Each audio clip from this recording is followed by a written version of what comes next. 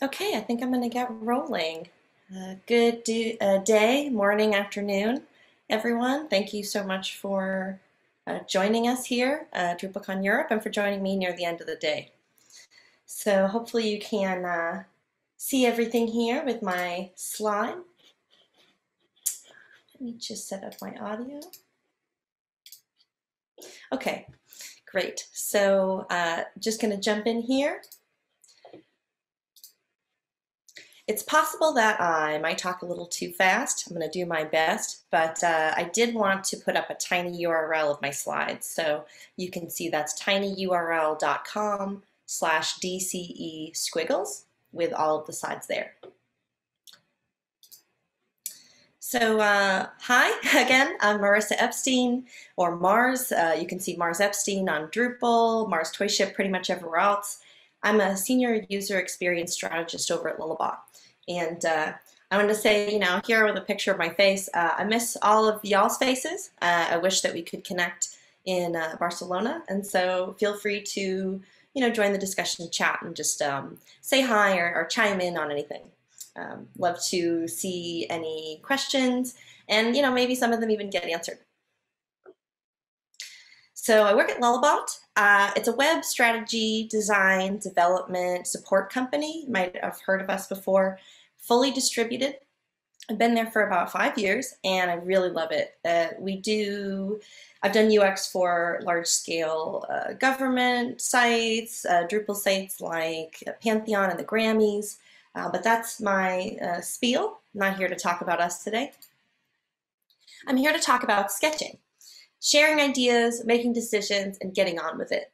This isn't exactly a capital D Drupal topic, but I use this in my Drupal projects a lot. And it's a simple, common concept, fairly familiar task, but I really want to dig into it a little deeper today with a couple things that I've learned after decades of sketching that I am applying to those Drupal projects today. I had a lot of fun building this talk. I have actually you can see a shelf behind me with a couple of my sketchbooks from decades. So I thought I would kick us off with some fun finds. Here are a couple of my sketches from school. Design of dinosaurs and some stealthy octopi in college. This one is from a couple years ago. I did a weekend hackathon with a couple of my coworkers where you can see you have to run around the level and patch a leaky sub. Now, this one is a lot more recent. You're looking at some content flows and wireframe sketches from last year. Now, this is a very different topic, but you can see sketching is still a really big part of that process. These are specifically from UX and strategy work for Georgia's government sites on Drupal, which I'll talk about a little more later. But during this project, I had some really great questions from coworkers and some insightful observations that kind of prompted this talk. So thanks. I wanted to add as well, at least for me, this year has included a lot of unexpected, unusual stuff, and it's really forced me to adapt. So I think it's even more important now to just keep track of all the things in a quick way, low effort. And for me, this looks like sketching, laying out lists with symbols and processing things visually, just kind of knowing which fires to put out first. So let me get to the point for you. Even with all these different examples throughout my career, sketching has always served me in similar ways. I have not found a better communication tool for taking notes quickly, sharing an idea with others, and getting the feedback that I need to iterate on something. So today I want to look at the whys, but also the when and how I integrate sketching into my process. So it's the basics of why I think sketching rocks, and you should too, what it's for, and the different ways that I sketch to consider for yourself, and the pro tips beyond the pens and pencils, including some remote tips.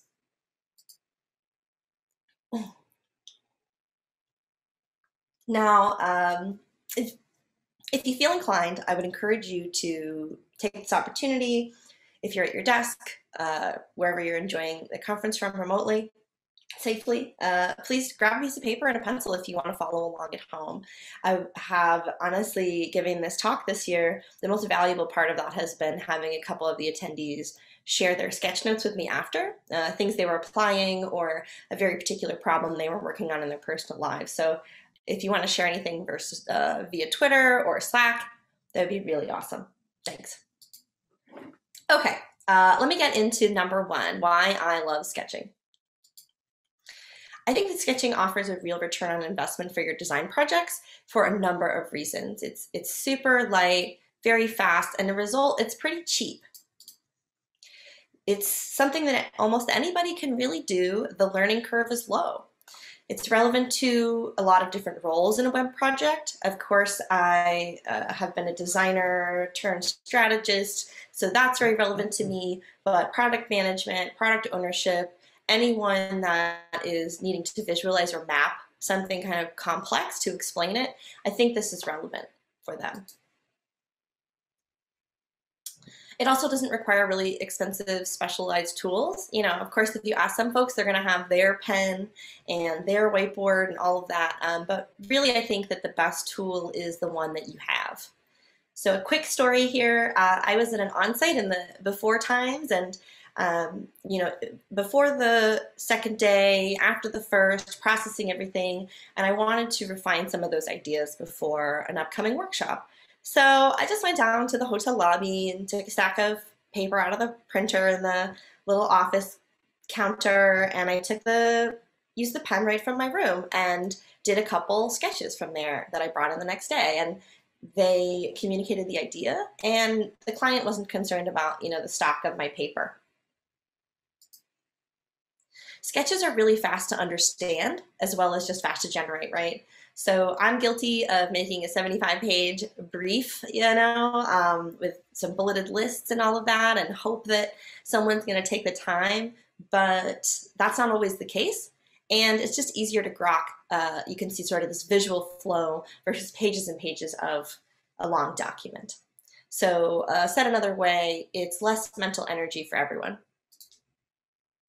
Sketching is a really great way to iterate, and this is one of my favorite things. So you can quickly modify something on top, you can just start over and make a new option, try out a couple different things, and do it really early in the phase of the project to get your feedback sooner, which results in ultimately something that is more tailored. Again, I want to note that things should be messy. It's really appropriate sometimes to make something that's really messy, folded over, torn apart, taped together. It's okay because it's just very easily modifiable at this phase. So it can be really hard, I think, as a designer to throw away something that you've sunk a lot of time into. Maybe you spent a lot of time on that perfect pixel comp of a beautiful page, and you know, you didn't catch all the issues soon enough, and now there's a lot of rework. So I like this quote of just killing your darlings is so much easier when it's just a sketch that you were kind of expecting to throw out anyway. Okay, I'm going to assume you're all sold on my pitch. The second section is a bit bigger. I have a number of examples of how sketching fits into my process from beginning to end. So let's start with discoveries. This could be its own talk, but I'll just quickly say, in the Lullaby used to do a variety of in-person on-sites, workshops, and now much more remotely, but we do discovery as part of planning or strategy work. There's a ton of different varieties here. Maybe we all sketch together, maybe it's individually or small groups or just the designers or just one person, and maybe we iterate, and maybe it's paper and this and that.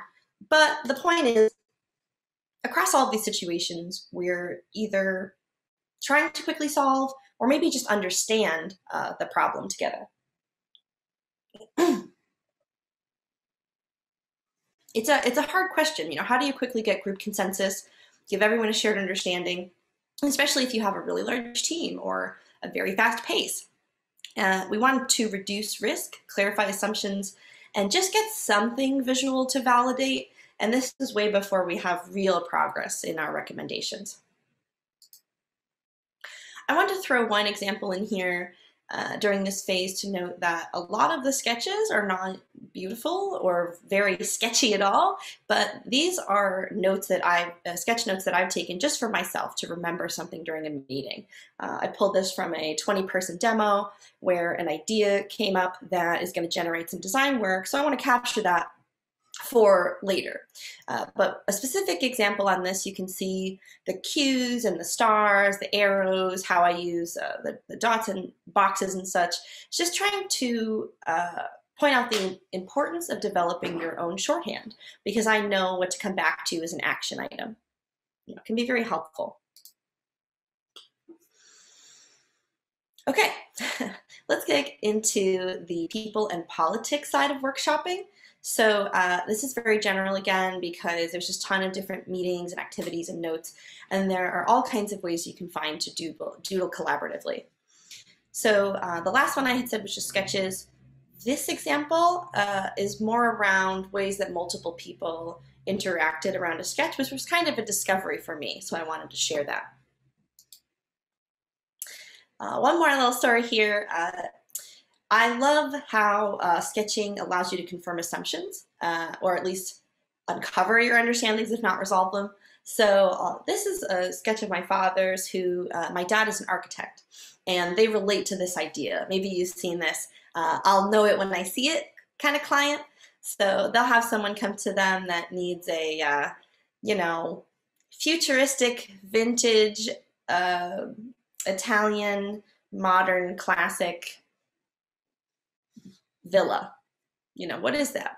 So we instead of asking them or contradicting their vocabulary, he just gets out a piece of paper, just starts sketching like this. Is this what you're talking about? And nodding and taking these notes. And now there's something that this client can point to. This, not that. I like this because why? And they're actually beginning to bridge that gap of not sharing that vocabulary so that they can make those decisions together. And I think that's pretty cool. My dad decides if he even wants to do the project, and the client feels like they're getting a lot of value over some tortilla chips.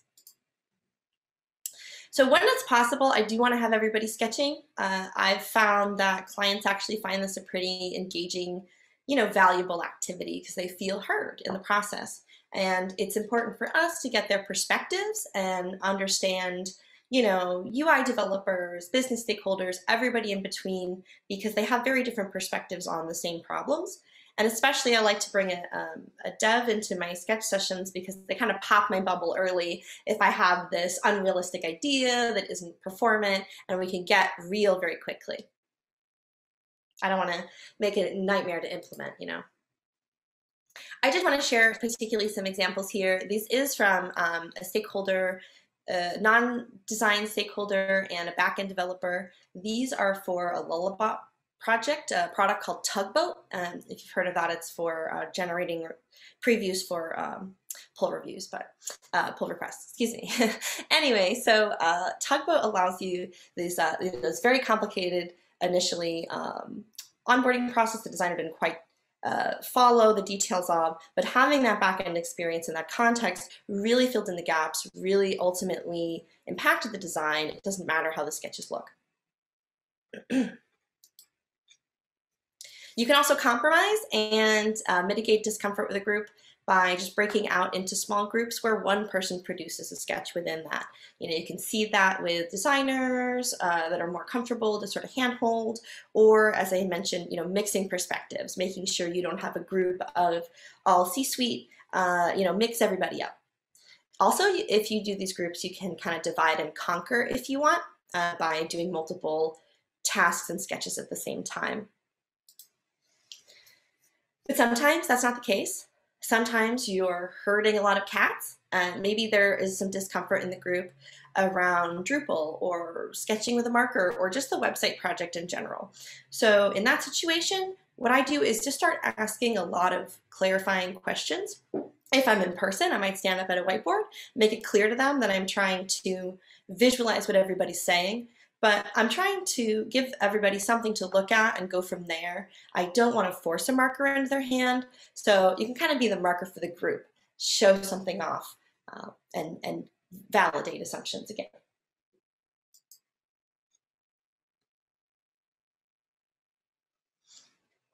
Okay, so generating, again, a huge section, huge topic, brainstorming and iterating and all these different ideas. I'd love to go into this longer, but I'm going to scope it very particularly to generating wireframes as an example, taking the sort of case study of Lullabot doing a remote sketch session for some wires for a project. So actually, this is where most of our wireframe sketches start. This is what they look like. This is just a paper doc with some bulleted lists and a table of what we call presentation models. So these prioritize key audiences, our user tasks, business goals, specifically for a page or a component. So the idea here is you very quickly drink from the fire hose, get all the info, and then try to transcribe that information visually. Kind of look back through these and make sure you got all your functionality. Is the hierarchy and flow of layout correct to this priority? And then refine that in your sketch. This little fake agenda is a template from an actual sketch session. So you can see it's a full afternoon with 3 different topics, ABC, and there are two 90-minute blocks with a 15-minute break in the middle. But that's not the only break. We're not on the phone the whole time. You can see we begin with setting goals, briefing, but then when we go to sketch, we go off 10, 15 minutes and sketch that single problem. Maybe I switch off my camera, put on some music, kind of get into my zone, and then we reconvene on Slack when we're all ready to review, as you can see. So when you have time, I really encourage you to do a second sketch session. You can see I have that A1 review and then followed by an A2. Even just taking 5 minutes is huge to go back and transcribe what your team is saying. It's a huge opportunity I don't want you to miss, to record all that feedback and problem solving that happens so quickly in that sketch review. And it's easy to lose when you put that down and go to the next task. So one of the questions that prompted this talk was, how do I get my sketches so clean, or how is every sketch so clean? And this always makes me laugh because this is what half of my notebook looks like. All of my sketches seem to start like this. It's very similar to the list. I'm starting to put things into thumbnails. I'm doing a couple variations of each thing and trying to figure out where they go, as you can see. So this is an example actually iterating on an old case study page from a few years back. The next version is something neater, in order, there's a straight edge, it's getting closer, but actually none of those notes were there before I had the review with my group. So this is all feedback and questions that we're answering together. And finally, before getting digital anyway, this is our result. It's a very long page with a lot more detail and care within the wireframe itself. I want to note here as well, you can see the labels at the top, but I have these squiggly lines that show just that the page is getting cut off. So it's really one long page in thirds that allows you to just lay that out as some nice shorthand. And from there, you can go as far as you want digitally. You can make tons of revisions, you can assemble long pages, and it's okay. Again, digital can still be messy, messy can still be good. I have made a single list component for thumbnail headline and duped that in Photoshop 8 times, and now it's a list, and that's great. I'll get a little more into how I use these digitally, but I did want to make that point here. You have that opportunity and can handle it in the same way. But now we have this sort of skeleton. It's good to go. We can share this with clients, with other teams, gather feedback, ideally approvals, and then just get on to our other phases. So, it's important to know what we even need to design, begin to get our development estimates and all of that from this kind of approved generated idea.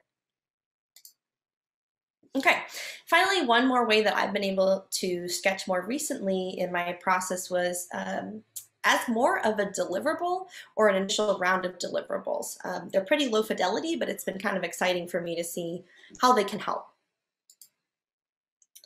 My little soapbox moment for the presentation today is to quote Dan Mull, who made the point that we don't need to make these beautiful pixel perfect Photoshop comps of websites, because all we're doing is making pretty pictures of websites, and really our goal is to document and communicate how to build the website. So we're getting back to communication again and deciding what is most important here.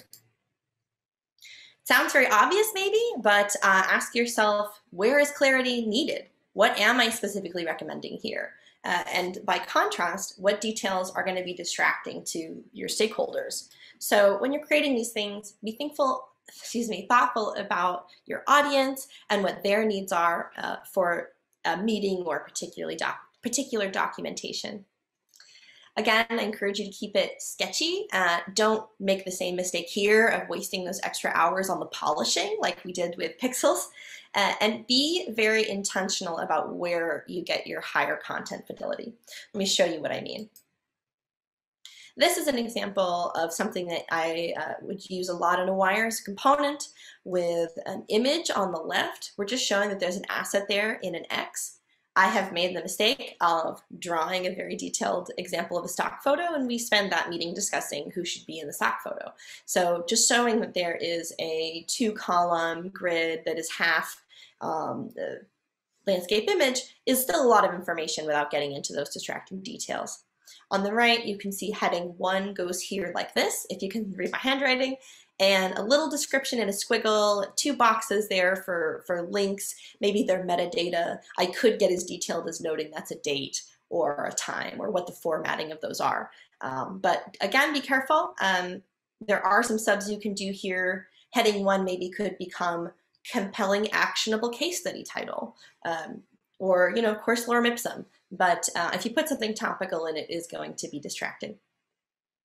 I think in these situations, it's important to just define what the goals and the decisions of the meetings are and make sure that clients understand what they can put, the kinds of content specifically that they can put into the CMS later. Those are choices they can make down the road. So I love sketching for pattern reuse. Maybe this is more of a personal experience, but I have made the mistake in a comp of designing something in a way that is slightly inconsistent. So I'm having a conversation with someone of, is this a new button, or no, it's just a regular button. It's the primary button. I just left 10 extra pixels in the comp, something like that.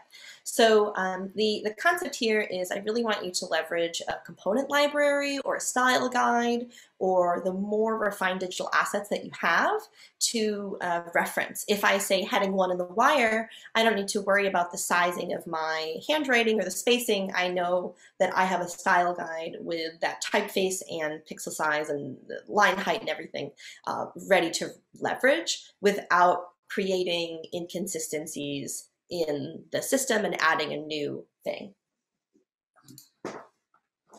Okay, so one of my disclaimers of several, even with all its knowledge sharing, just the wireframe sketches are not going to give us the full picture, right? I'm talking about using a robust style guide, using a pattern library, expanding these wireframes to something digital, having very clear references, having something that you can clearly document and lead developers through.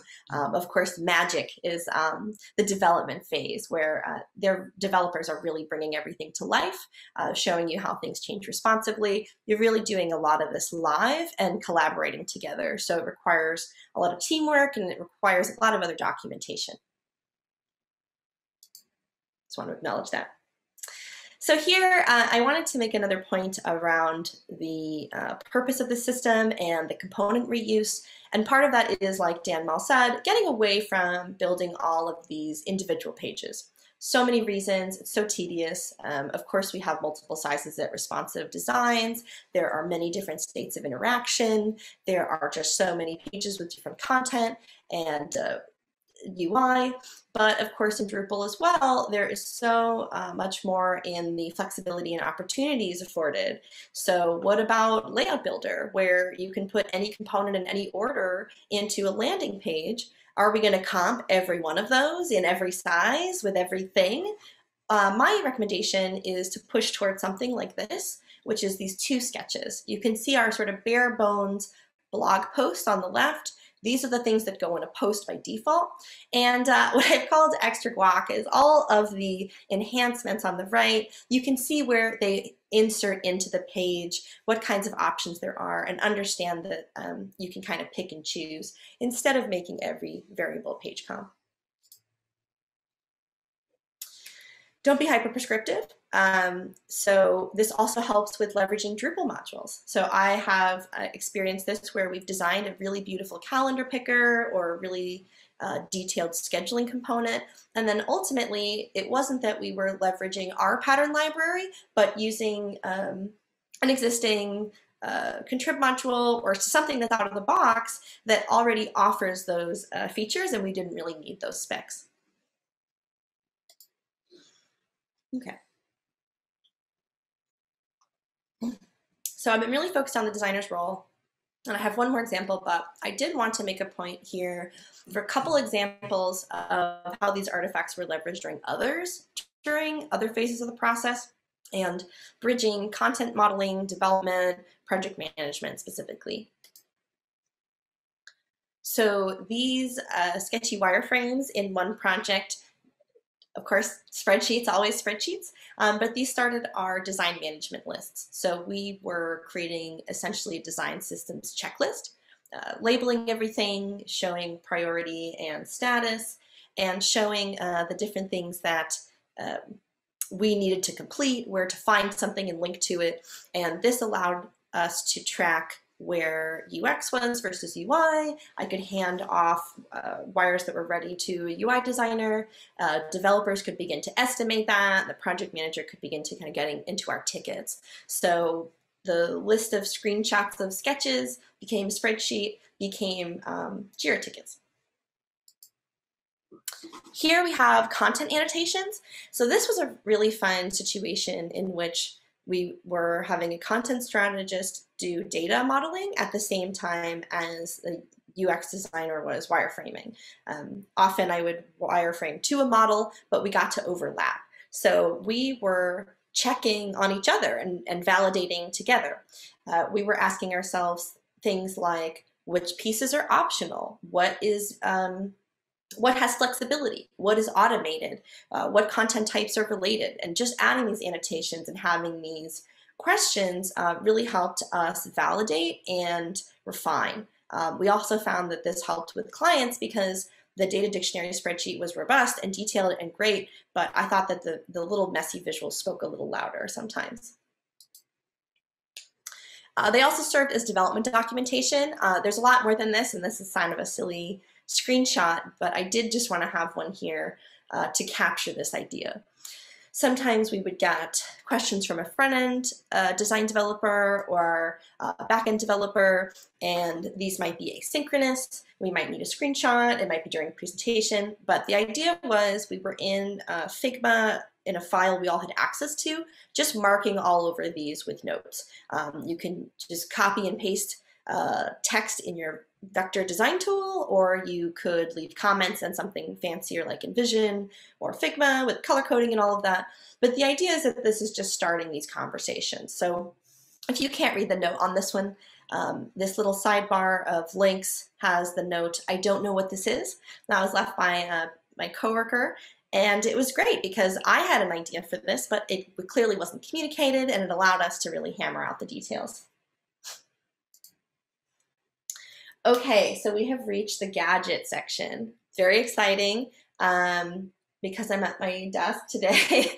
But no, really, I said this before, you can really use anything. And I'll say as well, experimentation is huge here because some people really want a pencil to erase and others really want a chunky marker that keeps them moving fast. It really depends, and I want you to play around with what works for you.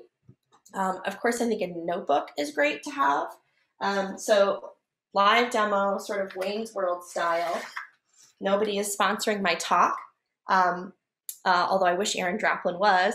This is a field notes document notebook that I really love, very pocket-sized. So this was one I wanted to share, and I'll note this coming up. But yes, I have a lot of fun props, and I thought this one might be enjoyable. This is my Van Gogh eraser ear. So that's important. Everyone needs that, right? Next, I wanted to note templates. Grids and dot grids are huge. So my field notes are dot grid, which you can see is very light, but still helps you draw straight. Doesn't show up too much in a scan. Love that. You also definitely want to consider templates for responsive design.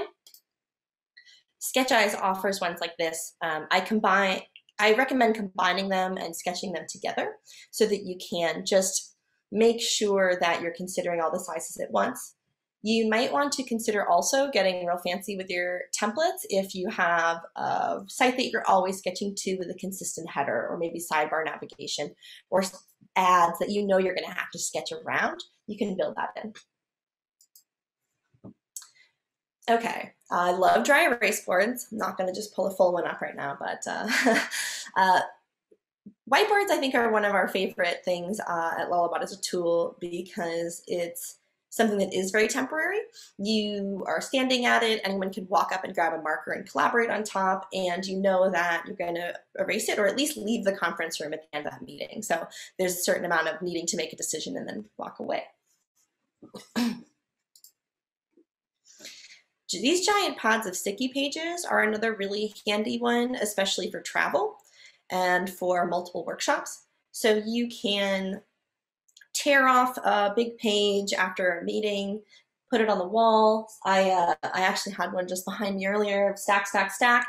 And then when you're going through some decisions later on, you can review back to maybe here were the persona's needs, and that helps me inform this wireframe. You know, also just helps you feel accomplished to have all of this captured. And who doesn't love the meta Post-its on Post-its? So one more whiteboard plug. I thought this was really fun. One of my co-workers gave me these 11 by 17 laminated pages. So it's just paper that's laminated, and it works with dry erase markers. It works as a little portable erase board, and he brought them with a little suitcase, all the markers. It was great.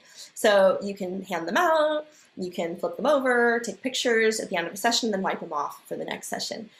And since then, someone gave me the great idea that you could laminate anything. So the dot grid, or the template of your site, or just a desktop, tablet, phone size, and just have that ready to go for reuse.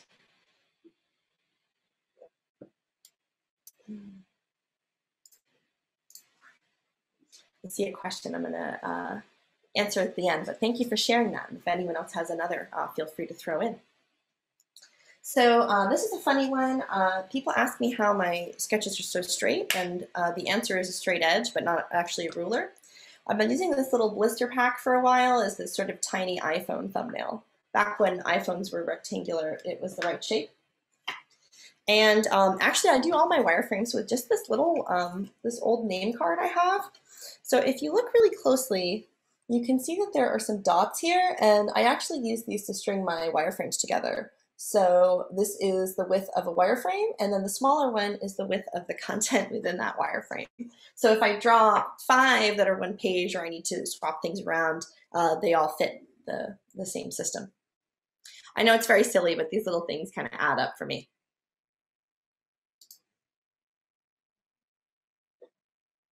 Okay, so make sure that you keep track of these sketches early and often.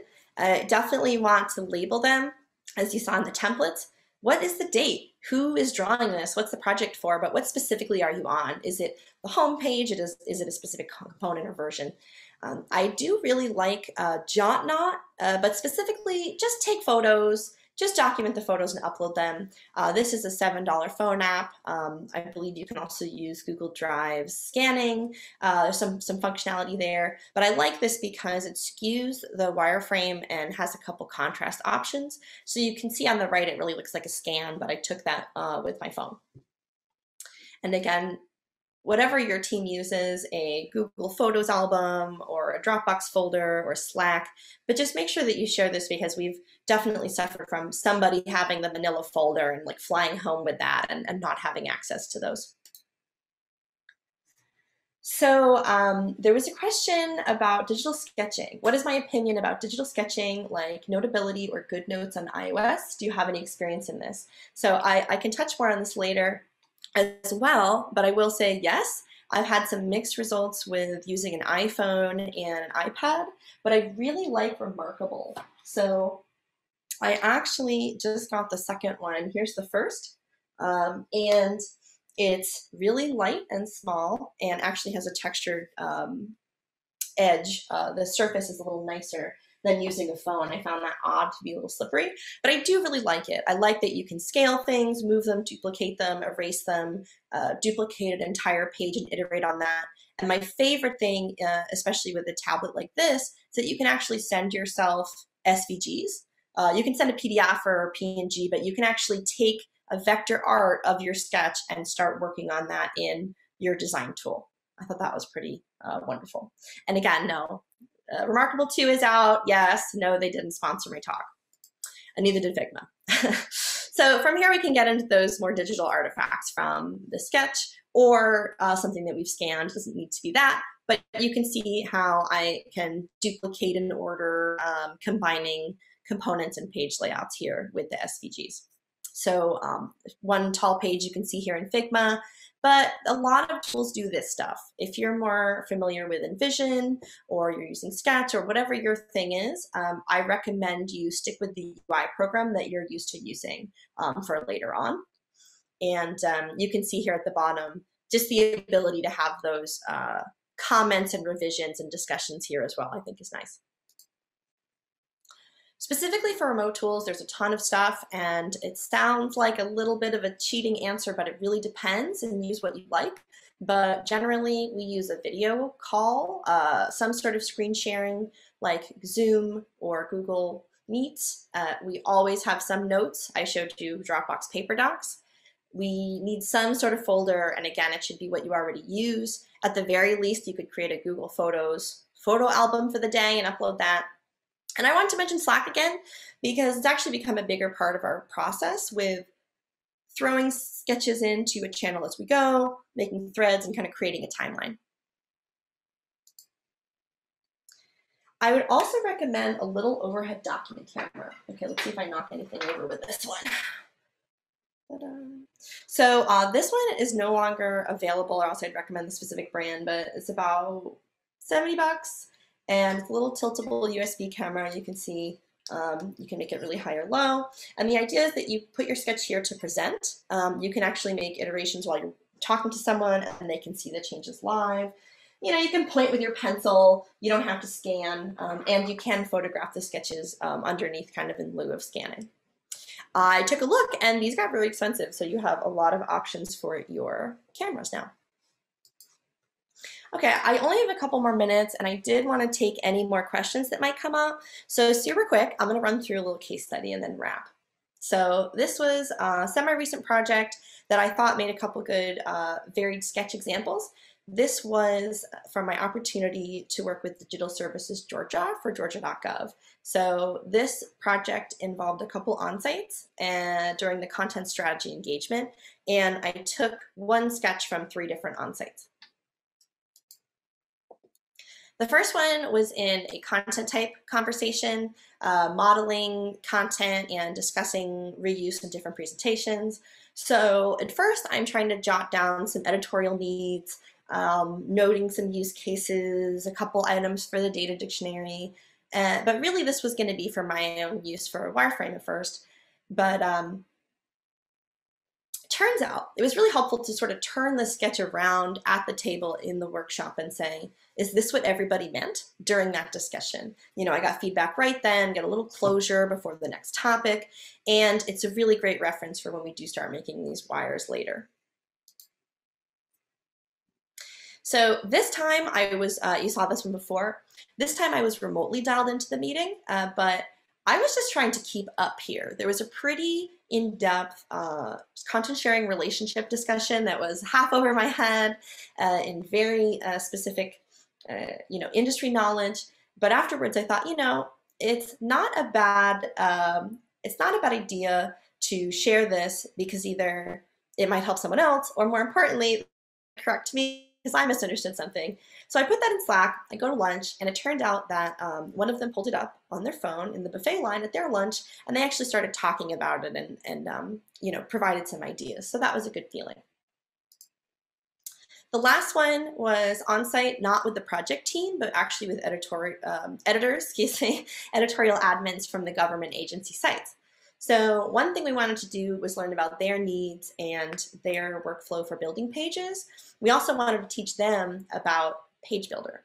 So these ugly little sketches on flashcards served as components that helped us visually explain how a cohesive system could work for them and how that functions, but then also allowed us to task them with that example, trying to recreate an important landing page. So they start with the pre-sketched ones. We iterated a little bit, you can see on the blank whiteboards or on more blank flashcards that we had. So here I'm listening to the Environmental Protection Agency and would hear an example that they needed that wasn't exact and can just sort of sketch this, get a yes but or a what about, what more like this. And I want to make the point here that I'm glad we didn't do a rigid format and just give them the flashcards without those blank things, because there were some frictions that they solved with new cards, and then we could see which ones were reusable for others. Okay, so that's my spiel about how sketching fits into my process, but it's very personal, very iterative, and so I suggest that you just see what works best for you and just pepper it in where you see value. And one more disclaimer, also what works for your team.